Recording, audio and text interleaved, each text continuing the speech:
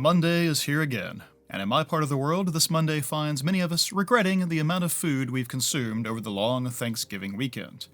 Had a full house here myself, 15 people at one point or another, almost all of them staying multiple nights. So, while I was able to write the Girls Band Cry segment on the front end, the rest of the episodes came out when the holiday was in full swing, so today is still just continuations of things that we have been following so far. But, next week, I hope to take a look at a few new titles. I'm also aiming to do 2 Viewer's Choice streams in December, tentatively on the 15th and the 29th. I'm opening the raffle buying today, and will draw winners this upcoming Saturday. The currency is Twitch loyalty points, since the streams happen there, so if you are YouTube only, then don't worry about it. Full details will be in the Discord, so as not to bog this down any further, but I'll put a link to the raffle ticket site in the details of this video. Today we will do Dan to Dan 9, 365 Days to the Wedding 8 and 9, Blue Box 9, and Girls Band Cry 3, in that order. Let's begin. So in Dan to Dan, let me continue a few thoughts from last time. The non-Serpoians turn out to be hired muscle, rather than something plucked from the minds of the kids, so there will be no psychoanalysis forthcoming on the Mantis Shrimp gig worker and the water jet Nessie. The Mantis tie-in turns out to be something else, but the fact that these 2 new aliens are paid help turns this episode into a kind of 3-on-3 match, where each side has different ways of trying to win the day. Now, as this is almost a full episode action sequence, I don't have as much to say as normal. I am not the kind of channel that spends a lot of time analyzing storyboarding, or composition choices, or animation technique, but I imagine such channels are eating well this week. Certainly, I appreciate the careful intention required to keep an action crisis fresh over 20 minutes. What I particularly liked this time was the choice of the void space that mimicked the school layout. The hallways created a sense of depth and claustrophobia to the fighting, and enabled some novel framing, like the excellent point-of-view shot of Aira charging the Serpoian, or the parallel shifting down the hallway in lieu of a wide shot to fix the participants in space. It gives it a different feel compared to the other encounters, and when Nessie turns it all to water, the different floors of the school add a verticality to the setting, injecting more novelty still. And while that is visually interesting in its own right, it also figures into the puzzle-like nature of the episode.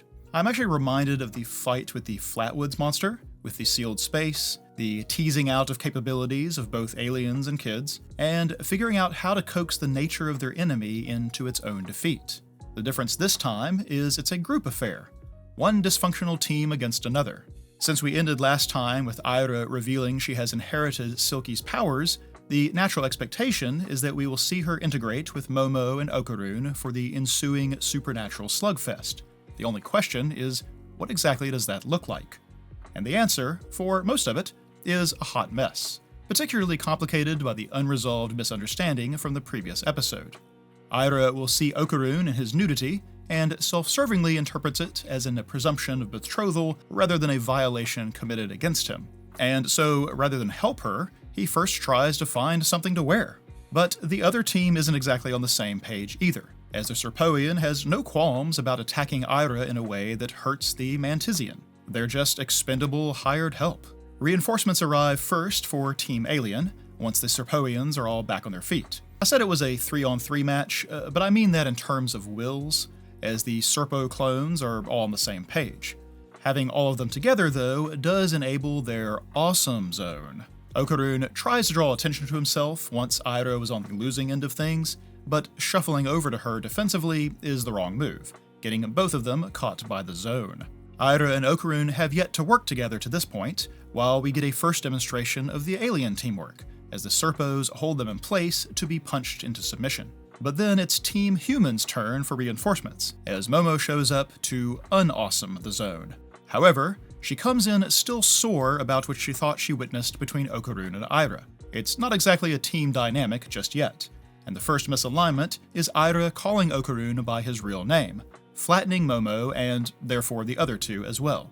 It occurs to me that if Momo hadn't insisted on avoiding Ken's real name all this time, she might have eventually gotten used to it, or at least wouldn't be shocked into momentary uselessness. Anyway, even with missteps, Team Human seems to have the advantage, and so the Serpos give the Mantesian a forced upgrade, from gig worker to businessman. In that state, only Okarun is fast enough to avoid the punches, and so he and Aira perform a kind of ballet to avoid and strike back. That seems like a good teamwork, the two well in sync, but that's a problem for the third member, as Momo is transparently jealous. The ensuing argument produces the awkward fellow line, and the transformations are flattened once more. And twice is exactly how many times you can get away with that bit in one episode. At this point, the Serpoians threaten to cut the Mantesian's pay by 60% over his ineffectiveness. Adding that to the forced upgrade and hitting him with collateral attacks, and Team Alien is a one-way street, the Serpos abusively commanding the Mantis. It's at this point that our final reinforcements arrive, and the yellow color wash that showed up with the Mantesian is replaced with Nessie's green one, as the solid floors and walls are also replaced with water. Momo knows this is trouble, but Aira won't take her warning because she thinks of herself as the leader, and Okarun is too busy geeking out over Nessie, which leads to Aira geeking out over him geeking out, which just annoys Momo further because it seems to confirm their closeness. Luckily, the aliens are no better of a team, and the Serpoian who immediately threatens to cut Nessie's pay gets a taste of the water jet as a counteroffer. That means the awesome zone is off the table, and also snaps Okarun and Aira out of their reverie. The water also powers up the Mantesian, it turns out, and that surprise separates Aira from them and puts her in danger. What's more, the water depowers Okarun. As it turns out, Turbo Granny can't swim. So, Aira's drowning, Okarun's useless, tensions are high, and Momo cannot put the betrayal she felt last episode aside even in this high-stakes crisis. So she and Okarun have it out a moment, with her hurt coming out in her words, even as she says she doesn't care what a liar does with a dumb girl. But it's too much for Okarun, because clearly she does care. So he takes her hand and forces a momentary pause. He says that he doesn't care how much other people take things the wrong way, but he never wants her to have the wrong idea. Now, even though he doesn't get to explain what happened or clear the air entirely, this ends up being a kind of turning point for the episode. Momo will realize she can use her power to propel Okarun like a fish, and his problematic nudity now becomes an advantage. They jump levels and rescue Aira, regrouping in the science lab.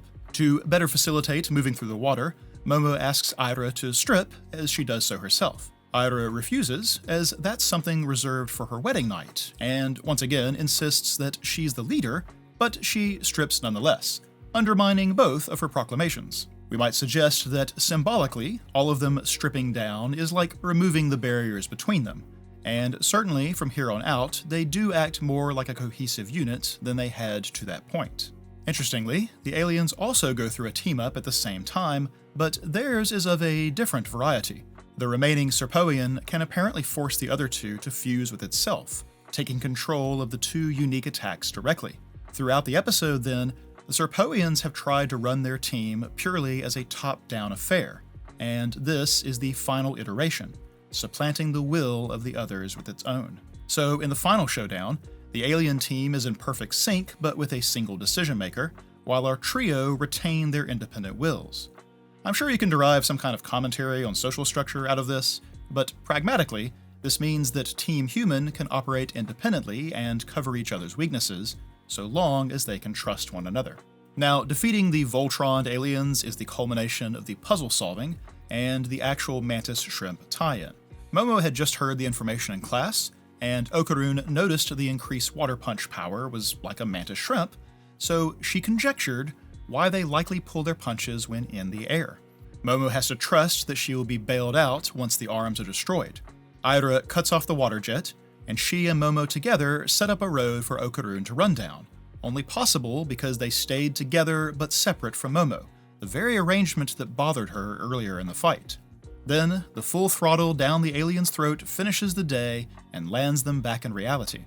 I enjoy the first lingering shot on the reflection in the puddle, letting the audience know that they are back in the school, while the tight framing on Momo and Okarun seems to represent their own limited awareness of their surroundings.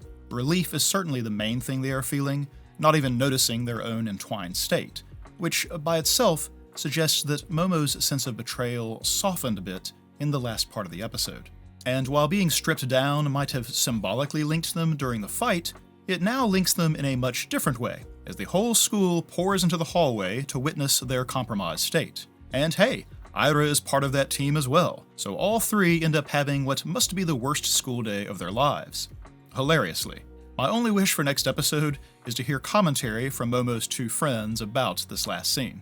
Actually, quite aside from the social cost of running through the halls in their underwear, or less, you have to imagine the school frowns on that behavior and are unlikely to accept alien void zone abduction as a valid excuse. Are we going to start the next episode with them suspended or something? I'm not really up on what the typical punitive measures are for streaking through the hallways of Japanese high schools. Well, maybe they'll have time on their hands, and there certainly is one more golden ball to hunt down. I don't exactly expect that their eventual teamwork this episode means that all will be hunky-dory in the next, but Aira must certainly reassess a bit now that she has exhibited powers and is seemingly completely unbothered to have done so. It doesn't make her any less certain that she's the chosen one, at least. And I must say, I really enjoyed her voice and the personality when she is shifted into Silky. That was all a treat. And her coming in and out of it this fight, and the interspersed ballet-inspired moves, it made for such a cool introduction. It answers my question from last time, too, about whether she would have a similar personality shift while transformed, like Okarun does. But in a different mood, it was also interesting to me to see how much hurt or frustration Momo showed this time. I knew she was vexed about Aira and confused over how to respond, but it affected her more than I had assumed. I hope she and Okarun get a real opportunity to speak next time. The moments when the two of them are vulnerable with the other form the sober soul of this otherwise chaotic circus. And while I don't know exactly what it looks like, I'm sure Aira will continue hanging around, and will get drawn into whatever shenanigans remain. My last thought, then, is just an observation after this little 3-on-3 showdown. Even though absolutely no one was trying to do so, we formed a kind of supernatural response team full of spiritually powered individuals and cooperative yokai. But at no point have they done anything except react to the circumstances they find themselves in. I'm not sure they even conceive of themselves as some kind of team-up, or think of the use of their powers as anything but a temporary arrangement. Yet, here we are, with this versatile bulwark against malevolent spirits and aliens alike, who fight the good fight when us common mortals cannot, and they do so completely by accident. That's the good stuff. I didn't get a chance to talk about this series last week with the unexpected reshoots, but that might actually have worked out to my advantage. Episodes 8 and 9 have some things in common, and so now I'll get to talk about them together. When last I spoke about the series, we had just had Ohara asking out a very drunk Honjoji, in a comedy of errors that lingered unresolved even at episode's end. And one of the things I pointed out in that episode is that these two don't seem to have anyone they can just talk to. There's no one to bounce their thoughts off. They are stuck asking themselves for advice on a subject in which neither has experience. And so, the series has amused itself to draw out the unresolved confession, but does so by involving each of them in interactions with other people. Ohara witnessing Gondo's latest attempt towards his own marriage goal, and Honjoji interacting with Nao and her own mother in separate vignettes. And though none of these interactions involve either of them discussing their own romantic questions, the experiences do create opportunities for them to consider their situation with a fresh perspective. Before we get into it though, I do want to note how Ohara reacted to things the next morning, chastising himself for not waiting 30 minutes for an answer if that's what it took.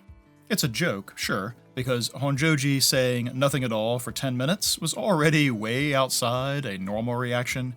But in the light of day, Ohara doesn't focus on the oddity of her response, or even change his opinion of her. He seems to accept that she's that way, and wonders if he was the one with the inappropriate response. If nothing else, the awkwardness of the previous evening doesn't seem to have cooled him on the idea of dating her, as he has a brief fantasy that the person ringing his doorbell will be her, come to give him the answer that he wants. But no, it's not her, and neither does he get to wallow in his uncomfortable misery all day, as Gonda shows up unannounced seeking guidance from his master. Gonda has been kind of a joke character, or a nuisance character, And this at first seems like just piling misery on top of Ohara's already miserable state. Even though Gonda supposedly was gunning for their coworker, Komiya, it appears he actually just wants to be married more than there's a specific someone he wants to marry, and so he has been back to hitting the dating apps. But it appears he often hooks some odd fish, and wants Ohara to come along in case it happens again. And so we are perhaps bracing ourselves for Ohara to become ensnared by Gonda's shenanigans. But instead, the girl he's meeting seems safe, more than safe, and Ohara actually exits most of the episode, with our joke character becoming a focal one. Now, I'm not going to recap what Gonda goes through entirely. I want instead to note that he and Kaori originally met up because they were just friends in a community centered around a certain idol group, and just naturally hung out from there. A mutual interest, no strings, and maybe it could have stayed that way if Gonda wasn't so determined to be married. And even if he found himself attracted to Kaori down the line, maybe he wouldn't have been in such a rush to pivot their relationship without this underlying insistence that he must wed as soon as he can. Several episodes in the series have explored different perspectives on marriage, and this turns out to be another in that pattern. Gonda so badly wants to be married because of his childhood, where they were poor and his parents fought, and there were few good memories to be had. In his mind, finding someone he can marry and have kids with is what will put that right again, a chance for him to be the father that he never had. And the clock's ticking. As he says earlier, youth is all he has, as his salary is low, and he's not much to look at. So when he squares himself up to tell Kaori his intent, that he wants them to date with an eye on marriage, she puts him to a test, introducing him to her son as a way of telling him that she's a single mother. Gonda was unprepared, and he flinched, and that was the answer she needed to see. It's her friend, Ichika, who supplies the explanation. It's a big decision, letting someone meet your kid, and while Ichika might use her kid to scare a guy away, Kaori isn't like that. As she wasn't running Gonda off, she was giving him an opportunity to prove that he was serious. For all that he thought himself as one fighting an uphill battle, she was fighting one harder still, and her own clock is ahead of his, her own stakes higher. And thus, Ohara comes back into the story as Gonda relays his failure. He's going to stop talking about marriage. He's not as ready as he thought he was. And though Ohara tries to console him that no one is really ready, Gonda is more torn up over the realization that he hurt Kaori, as she had faith in him that he did not equal. Ohara then must face his own lack of seriousness about marriage, or about dating Honjoji. Has he ever been so considerate of her as Gonda is of Kaori? Would anything about her move him to tears, as Gonda has been? Earlier in the episode, Ohara had had a moment to reflect that he's not too different from Gonda, that he also isn't much of a looker and has a low salary. He's not the sort one wants to marry. His impulsive question to Honjoji now seems no less hurried and half-baked than Gonda's suggestion about marrying Kaori before he even knew she was a mother. Presumably then, Ohara must either consider his confession an impulsive mistake, or try to understand where that impulse came from. What about Honjoji makes him want to make their fake relationship a little more real? He, like Gonda, ends the episode feeling chastised about how unrealistic his romantic aspiration really is. Episode 9, then, is Honjoji's turn for reality checks. She knows she needs to give Ohara an answer, and knows that it gets worse the longer this drags on. But when it comes to certain things, she is ill-equipped to make decisions, and the latter part of this episode explains why. Before that, though, Nao re-enters the story, flashing with apologies for the drinking party. Honjoji isn't actually upset, considering that she was too drunk to remember what happened, and she certainly isn't going to fill her in, but she accepts the apologetic peace offering of an invitation to a glass-making workshop. The key part in that bit is a moment where she is making the base of the glass, and must move her hands in sync as she rolls the glass back and forth. She gets absorbed in the process, and though she was nervous and it's uncomfortably warm, she ends up feeling refreshed by the end. She didn't know that becoming absorbed in something could feel so good, and when she tries to relate that experience to her usual tactic of shutting off her emotions, she finds that they aren't the same thing. Shutting herself off was a way to protect against disappointment, a way to keep from worrying her mother, and became her default response to whatever uncertainties came her way into adulthood. In the process, though, she became unable to decide anything for herself. Since she never consulted her own feelings on matters, no choice seemed better than any other. Her mother urged her to live as she saw fit, but Honjoji doesn't know what that means for her. What's more, she is resigned to believing that this is just her personality, that it won't change at this point. There is a parallel drawn, then, between her and the glass she made. As she says, it is considerably lopsided, but Nao insists it's good for her first time, and though it certainly has a lot of character, it does appear to be a functional glass. Nao will tell her that there is no 100% right answer when it comes to glass, that you just have to make what you like. And while Honjoji no doubt thinks that she doesn't know what she likes, Nao at least says that she likes her glass and encourages her to use it. Maybe your personality isn't like everyone else's, sure, but maybe people still like it all the same. In the second half, we meet her mother, and it's quickly plain that she is the source of much of Honjoji's uncertainty. Her mother had actually texted her earlier in the series, in episode 2, trying to meet up like she does now. Honjoji was out of town at the time and told her so, but in her head she was thinking, leave me alone. She's in town this time though, so no getting out of it. Her mother is something of a whirlwind, as though she stole all of Honjoji's assertiveness and added it to her own. She wants Honjoji to live her life as she pleases, so she says, but she also has lots of opinions about that life. She suggests she tries going out on her own. She tells her that she needs goals rather than dreams, and she inquires about her prospects of marriage. We'll find out later that she has somehow heard rumor of her engagement, but in the moment, Honjoji only says that there's little chance of that happening. For all her success, her mother considers herself a failure when it comes to marriage, and that failure caused both of them some hardship. So, she impresses upon Honjoji that she absolutely can't mess up her own choice of a partner. Honjoji is somewhat dazed once their meetup is over, and discovers that Ohara had been trying to call her. She's surprised, but still reluctant to call him back. She has no idea what she is supposed to say. Her mother had praised her for giving her career careful thought, told her she was a clever person, but all she feels like is a fool. The words ring hollow. She wonders what Ohara can even see in someone like her. She's sure, in fact, that he must be mistaken, that he'll be disappointed should he get to know the real her. She will recall an instance in her youth when a boy seemingly intended to confess to her, but she was so certain it must be a scam or a prank that she hid herself for days. The idea that anyone really would be interested in her was too foreign for her to grasp, and the fact that she was wrong about it only cemented in her head that she truly was too much a fool for anything related to love. That was all there was to it, and she had been happy to accept this as her reality. So now she's bothered, really, to have all this stirred up again. Why is Ohara calling her? Why is he interested in her? She seems to build up steam then, frustrated to find herself in flux, and determined to, as she puts it, break these chains of love. Considering her mother's comment about messing up her choice of partner, and her own belief that Ohara must be confused about her, the episode appears to point us towards a confrontation between the two. She does not call him, but goes all the way to his apartment. And I at least expected her to call everything off, to sever their ties and the fake wedding plans, and go back to the comfortable shutting off life, content with her maps for company. It would at least be her making a decision. And a decision she has made indeed, telling Ohara that they should go on a date.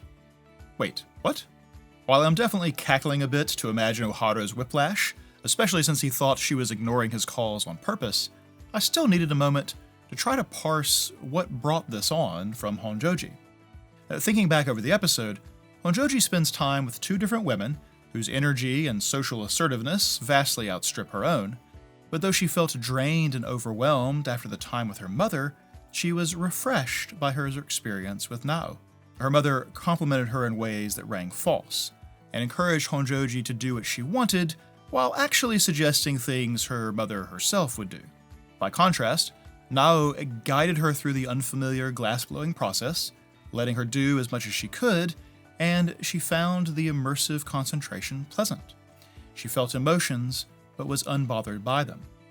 The result of her glass blowing was certainly imperfect, but maybe that's just fine. Maybe you just have to start somewhere. Thus, over these 2 episodes, both of them have encounters which makes them question themselves and where they are right now. Ohara has to ponder his own worthiness and how much he actually meant his confession to her, while Honjoji finds cause to question her long-standing way of approaching life and whether her personality is really fixed as is. Each of them began the series with no real thought of romance in their mind, but each has stirred up some hope in the other as we have gone along. Now, that hope has become a confusing thing, and marriage an increasingly complex and foreign idea. Episode after episode, they have only accumulated questions. It seems then that Honjoji has determined it was high time they started finding some answers. So the 9th episode of Blue Box managed to be almost exactly what I expected, right up until the moment when it wasn't at all what I expected. Wait, backing up. I appreciate last episode's decision to basically speedrun the big day, as opposed to drawing it out through the entire last third of the season. It really gave the sense of everything collapsing at once, as the expected and well-trod path simply drops out from underneath Taiki. The journey towards nationals was entwined with his romantic hopes, and so dashing it all on the rocks like that over a single episode helps the audience feel something akin to what Taiki must feel, the sudden uncertainty of where things go from here. So, I find a little note of unease in the episode, which presents like a return to normalcy at first, even going to the trouble to show a little montage of students going about their day, as though to emphasize that the world didn't end or anything, that Taiki's momentous hope and subsequent failure is hardly a blip to the world at large. And he himself is immediately distracted by finals and all the studying that he hasn't been doing, so it's easy enough for him to throw himself into that and echo the mood around him. It is true, after all, how the shared pressure of finals can be this great uniting thing, and at least everyone in school is on the same deadline. Even Hina looks distressed for a change. If Taiki seems haggard and out of sorts, well, so does everyone else, and nothing about his demeanor should stand out. At least to the people who don't know him well. When our original trio enters the gym for practice, the girls' basketball team is already at it, as they have a lot to do to prepare for nationals, and Kyo helpfully supplies that their practices now go even later than usual. Taiki proclaims a kind of relief to put studying aside for a moment to throw himself into practice, and I imagine has been keeping up that front. But once alone, Hina and Kyo talk about him, as she doesn't believe that he's over it. Kyo shares that he brushed it off, but Hina isn't convinced. She points out that Shinatsu did make nationals, and so having that reminder at home probably makes things awkward. She knew about their shared journey and the ankle bracelets and all that, though I don't think she knows about this self-imposed condition for trying to ask Shinatsu out.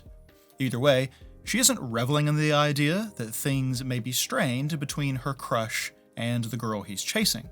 She sees her friend and the guy she likes going through a hard time and is only sympathetic to his situation. She enjoys needling him, sure, but as Kyo himself thinks, she's not the type to take joy in something like this. It makes her affection for him seem that much more genuine, thinking about his discomfort at being the one who fell short, rather than thinking of how the distance between them is adventitious to her own goal. Ultimately, though, the two assume he will be fine. As Kyo says, getting over things quickly is one of his greatest strengths, and the series has touched that point several times. Even last episode, when he lost at doubles, Chinatsu was running through encouraging things that she may say to him in her mind, and none really felt right, but then she sees his message about his smashes and observes that he's not the type to dwell on the past. That is his pattern, and he's built that expectation into everyone else as well. However, I said last week that I thought it might be different this time. The shared journey is over, and the way he tied his romantic and sports ambitions together makes the loss that much harder to bear.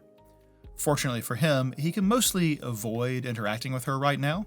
Indeed, the episode's set of montages help remind us how little opportunity they actually have to interact, especially with her later practices. He doesn't have to do anything particularly suspicious to avoid her, but he is avoiding her, illustrated by the moment when she comes home late and he simply backs into his room and leans his head against the closed door. Now, although I did like the effectiveness of last week's abrupt events, I do most enjoy this work when it weaves things gently, tiny incremental changes or realizations. In the midst of this frenetic finals week, we have such a moment. Hardu has made nationals and asks the others for their support, apologizing ahead of time for being a pain. The coach then asks everyone to write out goals to stick on the wall. These range from the realistic to the optimistic to the esoteric, but Taiki's own choice is very specific and comparatively very small, simply to increase his smash precision. There was a moment in the doubles match last episode where he had an opportunity to smash for a point and keep the first game alive, and he barely misses. It seems that moment dogs him. After finals are over, he will go home and collapse, having come down with a cold. And now that the rush is over, he's alone with his thoughts and can't escape them. He thinks through moments of his match and also through his interactions with Chinatsu, and we see that shot replayed again and again, though it is only just out. It's as though he felt like he was that close to victory, both in the matches and with her, but he comes up short. Hence the goal. He was getting ahead of himself, hoping for something like nationals, when this small step yet eludes him. He was kidding himself to aim so high, and this Taiki is going to bring his ambitions, all his ambitions, back down to earth. This is what I meant by saying the episode mostly went the way I expected. I thought the constant reminder that he keeps moving forward was likely setting up a moment when he is unable to, where his optimism has created a much larger disappointment than he is used to handling. At the end of the last video, then, I wondered if Taiki would run, and if so, whether Chinatsu would give chase. And chase she does. The series has mostly tried to stay out of her viewpoint, since uncertainty about how she feels is an important part of Taiki's own internal tension. To share that tension with us, we likewise need limited insight. But in truth, we have witnessed a little more than he has. Chinatsu watches him, is aware of him, to a degree he doesn't realize and perhaps wouldn't readily believe. This, I think, is why she comes into his room unannounced at this juncture. As just before Taiki headed home, we got a peek inside the locker room, where the team is celebrating the end of practice and end of finals. They're in a jubilant mood, but Taiki looks like he's on death's door, and gives lack of sleep as his excuse to Kyo. We didn't witness it, but practice must have been particularly rough on him to make him look so dead-eyed right now. And that is why she's in his room, and can counter his last thought about his lameness. She was watching, you see.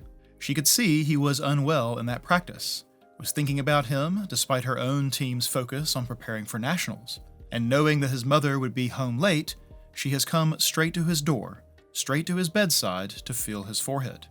Taiki is in no state to notice the significance, however. He had been thinking about her, but not just about the bittersweet memories. He also thought that he needed to make sure she didn't catch his cold.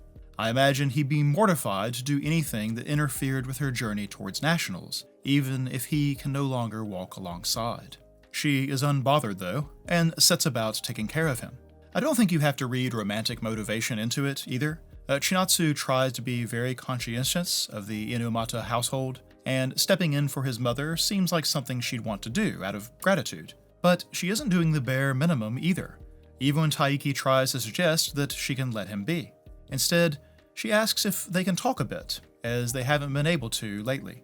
I don't know if she thinks he's been dodging her or not, but she is availing herself of the first opportunity she's had to remind him about the question he said he would ask. I'm not totally sure of the time scale here, like how many days of finals there were and where the weekends fell, but it's possible that he said that to her as much as 2 weeks prior. And here she brings it up as soon as she can, is even put out when he tries to play it off. And so instead, she brings up the matter of the badminton goals. She assumed he put something about nationals again, and needs to know why he hasn't. While he'll explain about the missed smashes at first, the thrust of what he's saying is that he was more out of his depth than he realized. You don't know what you don't know, but now that he's seen the level of competition, he can't so casually proclaim that it will be different next time. He has set his sights lower. And since we've constantly had parallels between the romance and sports aspects, his inability to actually ask the question now, we can assume, is a similar lowering of his sights. Chinatsu is too lofty of a goal after all.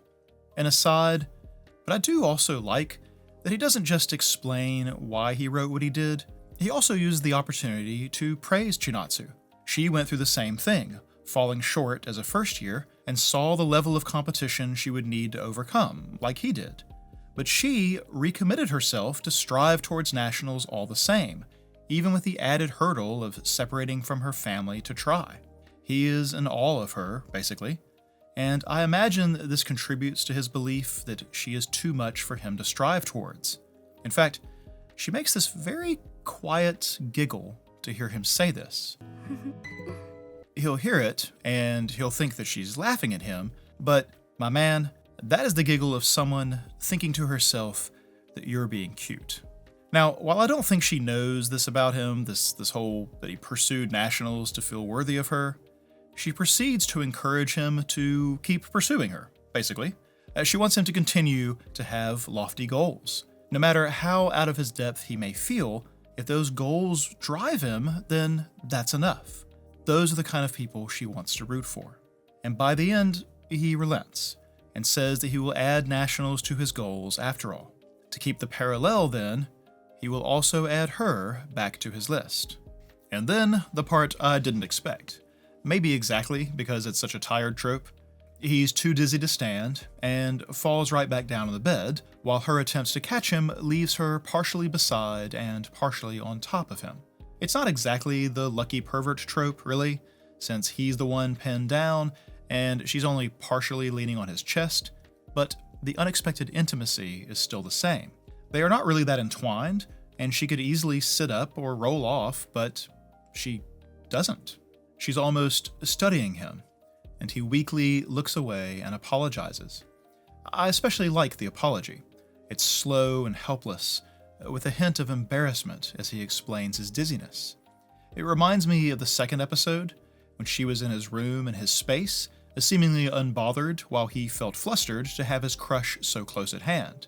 He beat himself up over that, if you recall, as though he felt he was exploiting her situation, reacting with excitement when she was just relieved to have someone familiar in her unfamiliar circumstance.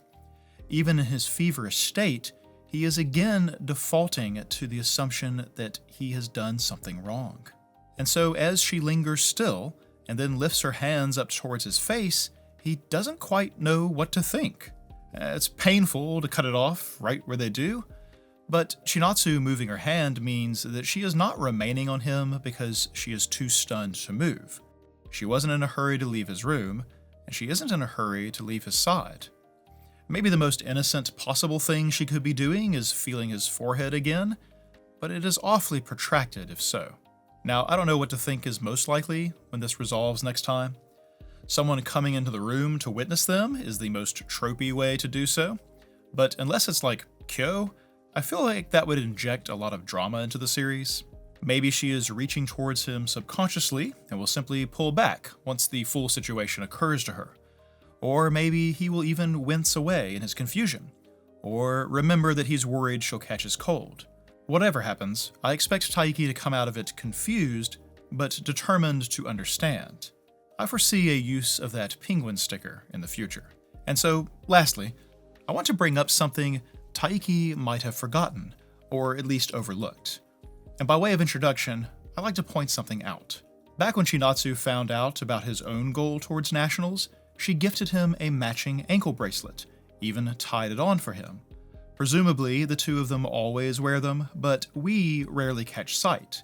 Outside of moments like when Hina sees and learns the whole story, they are usually hidden underneath their socks. The two have a habit of wearing their socks inside the house. However, in this episode we see both bracelets. Taiki is barefoot when Chinatsu comes home from practice, when he backtracks into his room to avoid her a little longer. In that instance, the ankle bracelet is likely a bitter reminder, but showing it there lets us know that he wears it still. Now, in his room, Chinatsu has entered barefoot herself, and in fact, we see the bracelet repeatedly throughout the scene, the physical reminder of their shared goal and shared determination. She's made nationals, but she hasn't taken hers off either. So here's what Taiki might have overlooked in his own dismay over falling short. She achieved her goal. She made it to nationals, and she made it to nationals because she stayed behind to try. And she stayed behind to try because of what he said to her, the right thing at the right time. He's a pure boy and doesn't think in terms of doing things to win her over, or assessing how interactions might advantage or disadvantage him. Thus, I don't think he's considered how Chinatsu might feel about what he did for her back in the premiere. Up until last episode, she was only doing what she'd done before. She might fall short this year, and try again the next and fail again. But now, the dream is realized, and he played a critical role. And while I'm not saying that affection is transactional, that he did her a favor and she thus owes him anything at all, I do imagine that seeing her journey through must make her feel warm towards him. So glad that he spoke up and kept her from moving away. I wonder how much she's wanted to thank him again, but has found it awkward to do so after he fell short. And so that connection of his encouragement and his earnest shared memory remains, regardless of how his own quest panned out. They still wear the bracelets. And in that, there's something else. Chinatsu says she made them when she decided to stay in Japan, to turn her resolve into something tangible. But they're handmade. They're not store-bought. Has Taiki never wondered why she made a second one, then? To have a matching pair ready at hand? Well, maybe he should do so now. So after the way we ended last time, I particularly wanted to pay attention to changes in Nina after what seemed like an acceptance of joining the band, and how things developed between her and Subaru, looking for more possible metaphors like the light. The light does show up, in a sense, as in the early scenes she is back to using just the lamp. Whether that's a conscious or subconscious rejection of Subaru, I don't know, or simply a byproduct of working late into the night and wanting something softer and warmer. Sadly, we don't get another look into Nina's apartment after she and Subaru seem to come to terms, so maybe next episode we'll get a second look at Nina's place and see if anything's changed, see if she's actually using the lamp. Of course, that doesn't mean that we are done with meaningful motifs, because this episode does something with food instead. When Nina and Subaru meet for the first time, Subaru immediately asks her if she's eaten, and we get to the sequence with the meat buns. Like the lamp before, these are something that Subaru has brought as a gift. Momoka goes right for the party foul and pouring sauce over the whole lot, but we'll actually come back to that. Nina will try a meat bun, Subaru will ask if it's good, she agrees that it is, and they'll have a little nervous laughter. Okay, so Nina has joined the group, but clearly the two of them have not made much progress since last episode. Momoka just sort of observes this, but makes no comment, before pivoting into talking about the reason for the get-together, a little brainstorming about their first song, and that also we'll come back to. When Nina leaves, Subaru will pursue her, leaving her phone in the process, which we might interpret as how much she wanted the opportunity to talk to her alone. But it's not much different than the interaction over the meat buns. Subaru volunteers that she could never come up with lyrics, presumably her volunteering a way in which Nina outstrips her. But still, nervous laughter, and a transparent attempt to ditch her by inventing a trip to the convenience store. When Nina brings Subaru's phone to her, again, the first thing she asks her is about food, if they could grab a bite after this. Just like the convenience store, Nina asks off. And the difference between these two interactions and the one with the meat buns is that Momoka is not around. And so, Subaru simply forces the awkwardness out in the open. Should she just quit the band?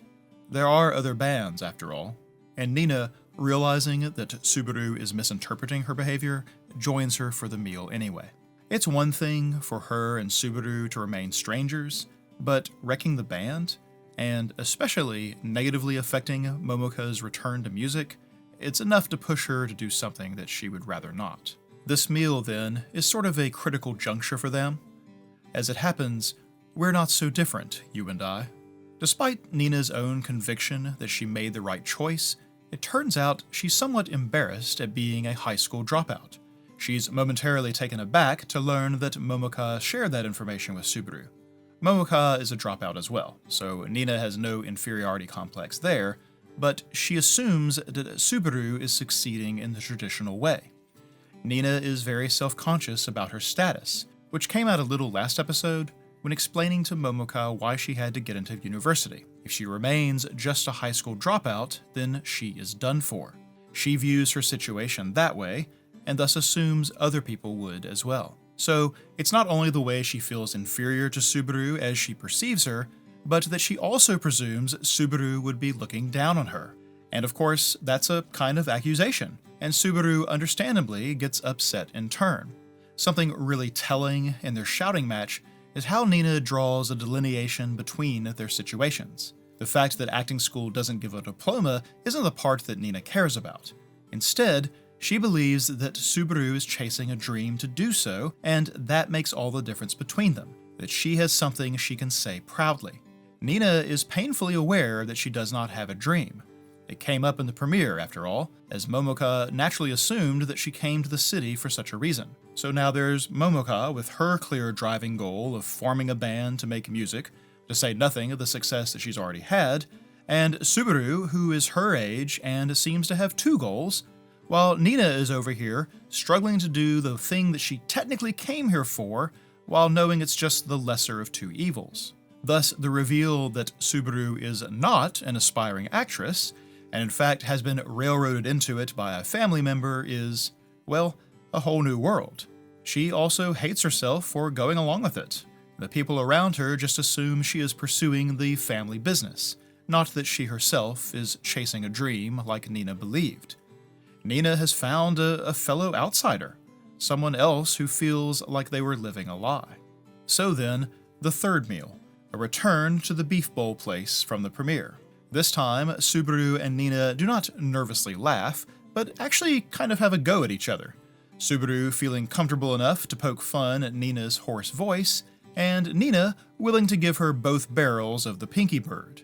A far cry from nervous laughter. The beef bowl place was also where Momoka and Nina first had a real conversation, where she explains her situation and being locked out, asks Momoka to sign the canceled ticket, and it's also where she first mentions the precepts. Like I said last time, Nina's moments of revealing her past happened around meals, and that part of the family rules seems especially to stick out in her mind. Eating with other people is triggering, it seems, which is all the more reason to pay attention to the three instances in this episode. So let's do that. I think it's interesting to note certain details. First, the seating arrangements. With the meat buns, all three are facing in different directions, and the conversation about the song involves all three of them being on different pages, with Subaru expecting it to be done, Momoka wanting to brainstorm with the others, and Nina checking out to play with the cat. Momoka even says she's having a hard time picturing what fits the three of them best. In the second meal, Subaru and Nina are directly facing one another, opposing directions, and their conversation is adversarial, even to the degree of committing social faux pas by standing and yelling in public. But in the last one, after their first real practice session, and after Subaru and Nina have better understood one another, all three are facing the same direction. Their banter is playful ribbing rather than actual confrontation. They seem like a unified group. And, as such, the worker asks them if they are a trio, and receives a little card inviting her to check them out. Now, since I haven't seen this before, the face masks actually were adequate enough disguises for me to miss that these are almost certainly the other two girls we see in the credits. We'll come back to them. I only wanted to point out that it's a unified version of these three that makes the impression on them. And in terms of seating arrangements, right now, Momoka and Nina and Subaru are on one side of the counter, and those two are on the other. Another detail is the food choices. The first is the plate of meat buns, the same thing for everyone, but then Momoka dumps sauce over the whole lot to the protests of the others. It had the veneer of unity, just as Nina joining the band gives that veneer, But the reality is that they are not aligned, and some injections of personality or sauce cause conflicts.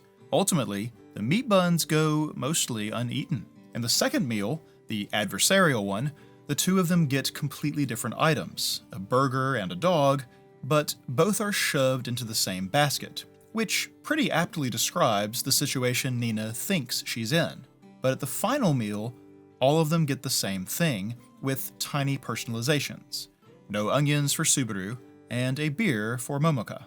They are on the same page, but are not a monolith.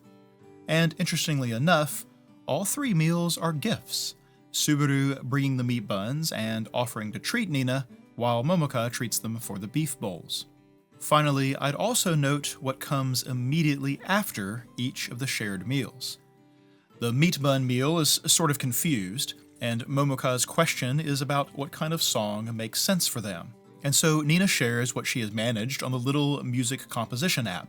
For a moment, they are all listening to the same thing, and though Nina is nervous to have the others hear, the reception is positive. Too positive, actually, which leads to the correct accusation that she has spent far too much time on it.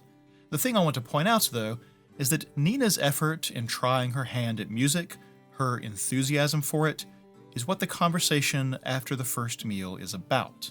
After the second meal, when Subaru is explaining about her actor grandmother, she pivots into talking about her own motivations for being in a band. In a sense, it's her way of rebelling. First by joining a band club to avoid the drama club, and now by joining actual bands in secret. This might also explain the choice of a drummer, since drummers are sort of famously the most wild or disreputable members of any given band. And then, after the last meal, as Momoka heads off to work, she stops a moment to look at a billboard, and Subaru will explain that she's looking at an ad for her former group, Diamond Dust, who seem to have a new member replacing Momoka. It's the second time that episode that she stops to look meaningfully at her former group's picture, and so, given that the first two meals were followed by peeks into the motivation of Nina and Subaru, we might conjecture that Momoka is partially motivated by her former group, though I'm not sure we can guess why just yet. Possibly she is competitive, or possibly she is using her new band as a chance to do things differently than she had before. That is, she may not be trying to replicate her path with Diamond Dust, but to actively steer away from it. If it is the latter, then it's worth looking closely at the first instance, which is actually interwoven with Nina and Subaru's meal. We cut away from them in the diner to see Momoka handing out tissues, which I guess is her part-time job. As we do so, Subaru is explaining why she keeps hounding Nina. She says bandmates tend to be close since they have to come together to make one thing. When there's a difference in opinions, you can't just ignore it. If you try to gloss it over, there's bound to be a misunderstanding. And then, returning to the diner, she tells Nina she should speak up if there's something she doesn't like. This is what Subaru is worried about, that Nina doesn't like her but won't say anything, and she thinks that's a problem for anyone in a band. It's a far more fundamental problem for Nina, actually, but cutting away to Momoka looking at her former group, we should assume that her words apply to Diamond Dust, that it was they who had the differences in opinion that weren't properly voiced, leading to misunderstanding and, ultimately, Momoka's exit. Considering how she herself described being in a band last episode, the talking behind each other's backs, keeping things inside until they built into explosion, I feel like this must be pretty near the mark. I think then that Momoka has been pretty attuned to her recruited members and how they get on with one another. I'm partially inclined to believe that she dumped the sauce on the meat buns just to give them something to agree on, though she's certainly assertive and devil-may-care enough to have done it just because she likes pushing them into new experiences. Either way, when Subaru suddenly decides to leave and chase after Nina, Momoka will let slip a little knowing smile once they have both left, correctly deducing that Subaru is going to try to connect with Nina again. When Subaru leaves her phone behind, Momoka makes Nina be the one to return it, finally guilting her by reminding her of the gifted meat buns. However, Subaru says she would have come to get it if they'd called the school. I have to think this trip wasn't strictly necessary, but Momoka got what I think she was aiming for. When next they are all together, Momoka has made a decision. They should do a street show.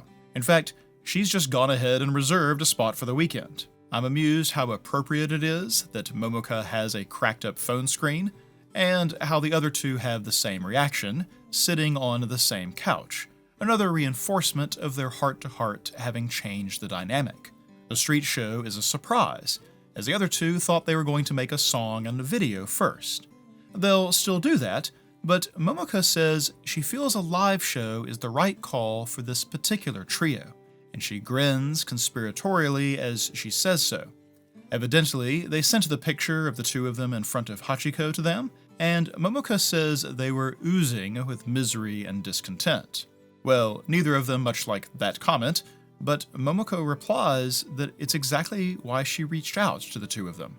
This little exchange is why I lean towards Momoka having done the sauce thing on purpose, because it's similar to what she's doing here. She makes herself the enemy that the other two need to gang up on, the common foe that unites.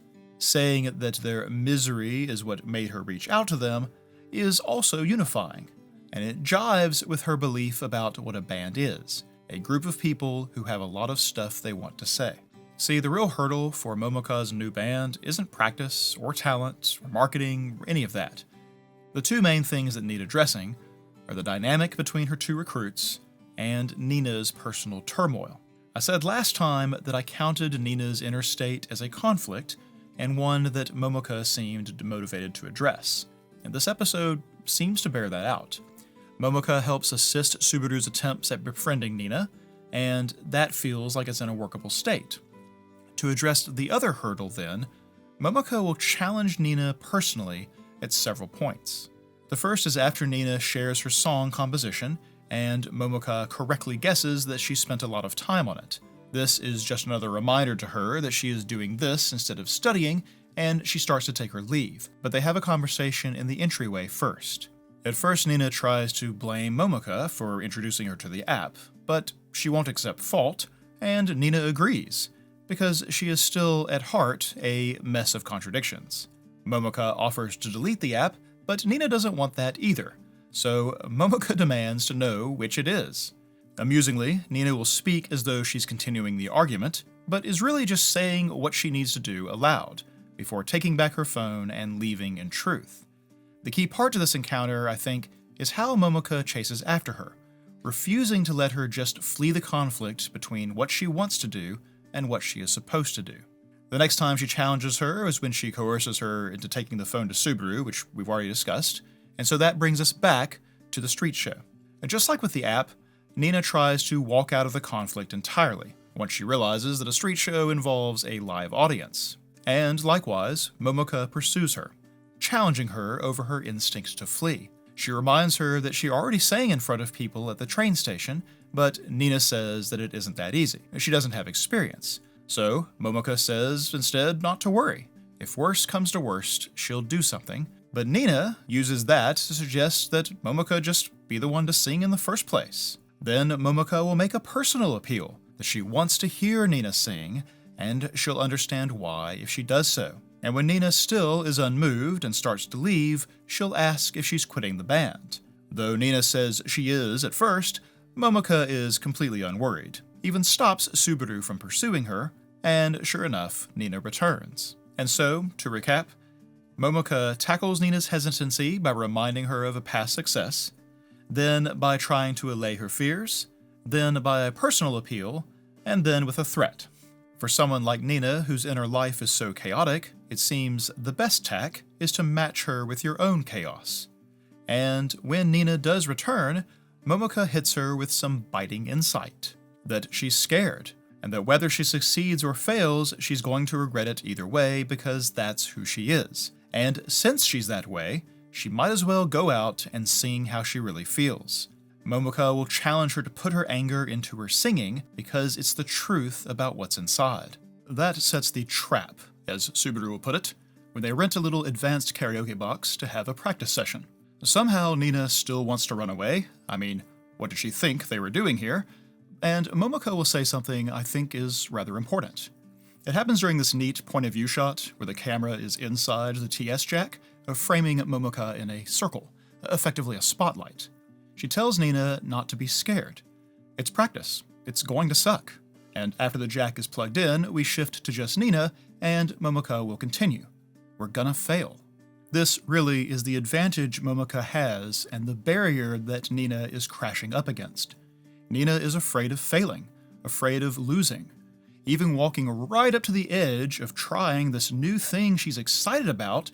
She still wants to bail out because it's the only way to avoid falling short. Momoko, though, has failed before, has failed a lot. It holds no terror for her. I want to go back to an earlier scene for a moment, the one where we see her at work. She passes out tissues, ads, basically, and is ignored by the people she attempts to interact with. Realistically, she is probably ignored by an overwhelming majority of people. She is failing, in a way, over and over again every time she's at work. And yet, her expression after each instance of being ignored isn't defeated, it's a smile. A closed-eye smile instead of the one that she presents to each potential customer, but a smile all the same. A little reset after each failed attempt. We know well that Momoko failed to keep her original group together, almost gave up music entirely, and there were, no doubt, many practices along the way that sucked, like this one is about to suck. But she has long since stopped being affected by such little setbacks. But you only get to that point by failing a lot. The only way out is through, and the best thing she can do for Nina is to get her to start failing. She still eases her into it, having her just sing scales and then bringing the instrument in alongside. And once again, we get a nice bit of visual creativity to help illustrate the subjective delight of their experience. Nina has goosebumps, a real phenomenon known as frisson, of which music is a common trigger. The trap is sprung, as it were, Subaru suggesting that once Nina has felt this, she can never give it up. It's enough to get her to the day of their street show, but a barrier still remains, and Momoko is again prepared to challenge her. Nina shows up in her same default outfit, is being the same person instead of changing, basically. Momoko chastises her a bit, saying she told her to bare her heart, and has prepared a little something as backup. A horrifying ensemble, really, and if she wasn't already embarrassed about singing in front of others, surely she'd be mortified to go dressed like this. But Momoko will explain, to her and everybody, that she thought it was better if it was an outfit she hated.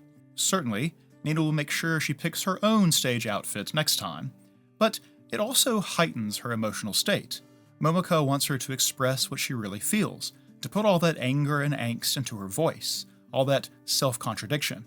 But rather than these being drawbacks or insults, Momoko tells her that that's rock and roll. Nobody knows who you are, and nobody will wait for you, but that's what makes it interesting. Momoko challenges her to understand, and seems confident that she will. And since no one can resist a good light and shadow metaphor, we get a physical threshold for Nina to step over to match the inner one she is crossing to run out on stage. What I really like here, too, is those tension lines that are always streaming out of Nina when she's in a heightened state. They don't recede, they are practically boiling as she answers the call. She isn't going to just hold the tension in her until it abates, but is taking it with her into the performance. Exactly what Momoko has been wanting her to do. Just like in the premiere, we get another performance that increasingly becomes more abstract and symbolic in its visual presentation, matching Nina's own immersion into her role, the world inside the song. Some of it is simply imagining the performance as a real concert with timed lighting and effects, but increasingly, it ceases to be grounded in reality. The three band members each get a primary color to represent them, with literal paint strokes of color traced out around them in the air.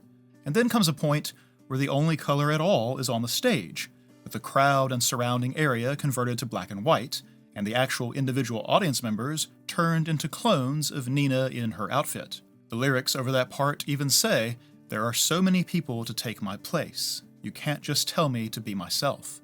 A great cloud of confetti begins falling as well, but not just any confetti. We'll return to that in just a moment. When we get to the final line of the song, the color will reverse. Nina, Subaru, and Momoko are the ones in black and white, and the audience receives their color. The song lyrics in general seem to be about Nina in her current state, wanting to change but having no one to do it for her, her pain not disappearing even if she blames someone else, praying to stop cowering but not believing in God, and so on. Someone who wants help but is also shouting for others to shut up, to leave her alone. Yes, definitely Nina. Then there is a part that goes, "A stranger sings until they lose their voice, telling me that I'm not alone. I'm sure that to some people, those words are enough." Well, we just had Nina sing until she lost her voice this episode, but here the one who loses their voice is named a stranger. But I think that's still Nina.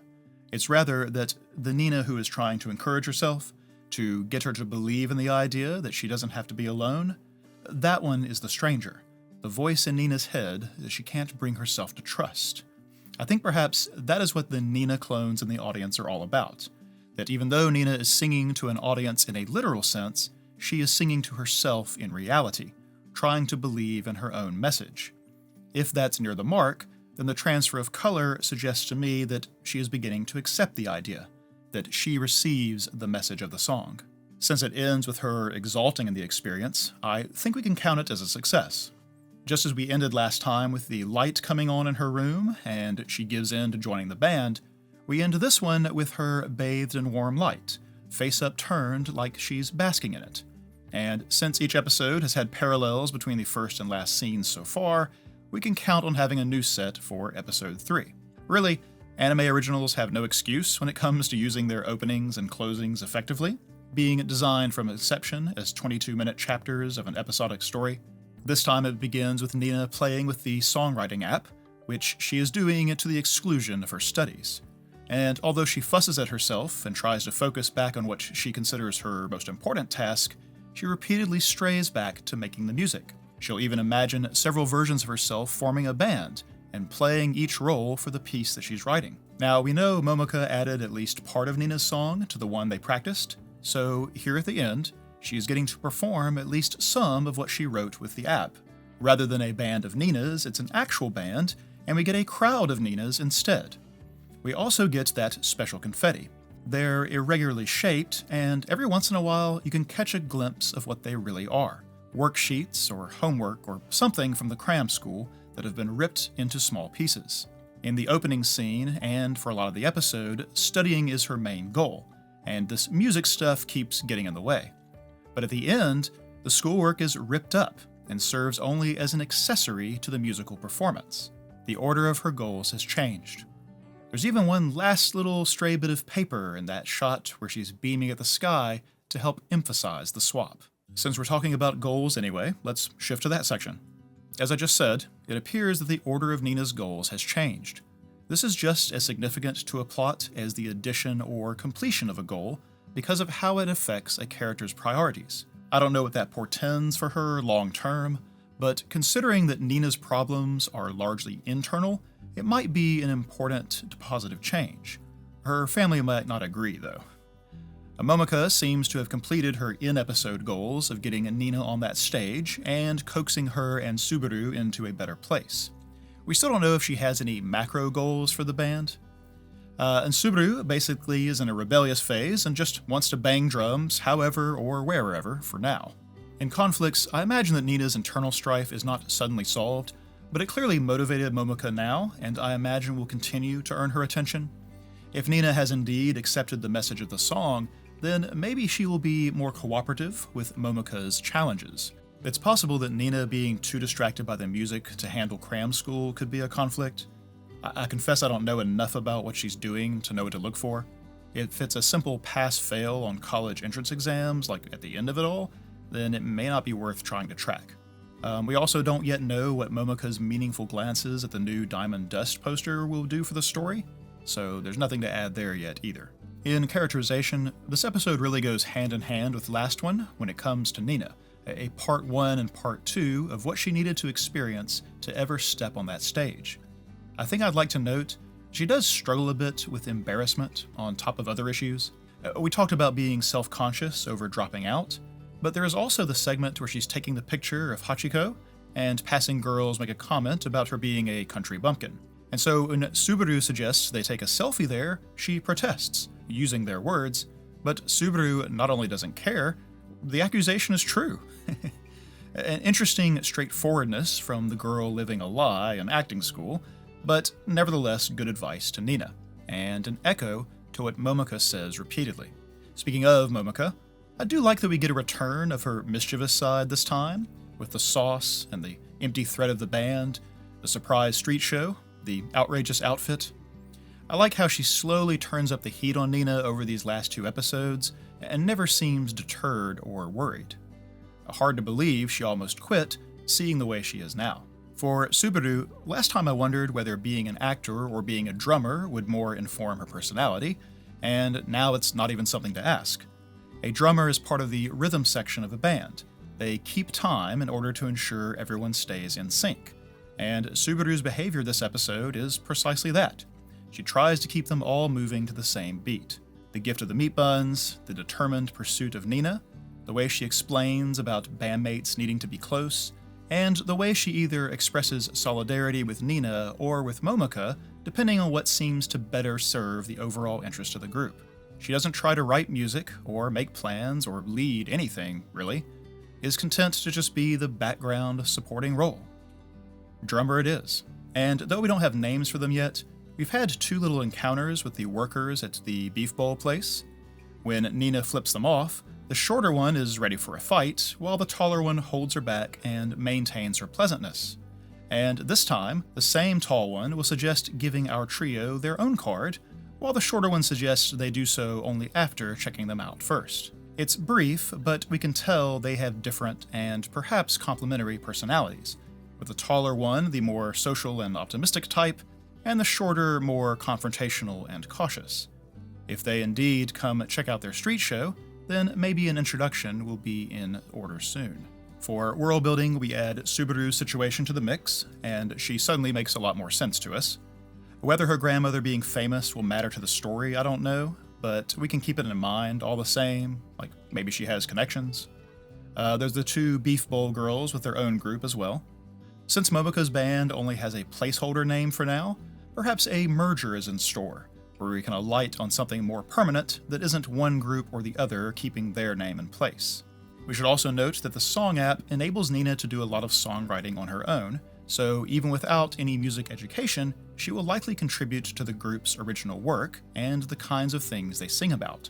We also learned what Momoka's part-time job is, a thankless task that I am not surprised she was able to reacquire. In theme, aimlessness shows up again, and I wonder if it will be the last time. In this instance, it was Nina trying to navigate her way to the acting school. It was a task she didn't really want to carry out, a goal she didn't really want to complete, and so, appropriately, she took the circuitous and longer path to get there. That nicely reflects her own struggle to study this time, not only distracted by the music app, but staying up too late and functioning poorly during the day. The cram school just isn't a motivating goal for Nina. It's just something she has to do, like the errand with Subaru's phone. We also return to that individualized relationship to music, the personal things that go in and are taken out of a piece. In this case, Nina gets to do both with their end performance, serving either as motivation or actual lyricist for some of it, but is also one of the intended recipients of its message. We get a doubling, in fact, as both the speaker in the song and Nina on the stage are unsure whether they want to accept or reject the words, though perhaps by the end it is resolved for Nina. It'll be neat if we get anyone else talking about the song's impact next episode. And while it's probably too soon to assume that this will be a recurring idea, I do want to pay attention to that idea of failing, of being willing to fail to get anywhere. It was stark, the difference between Nina and Momoka this time, and I guess I wonder if anyone else will get in on the act. Certainly if we ever explore what happened between Momoka and the rest of Diamond Dust, we might at least get another perspective on this idea, considering how close Momoka was to hanging it up, and how easily she has bounced back again. Alright, that is well enough for now. I'll see you next week.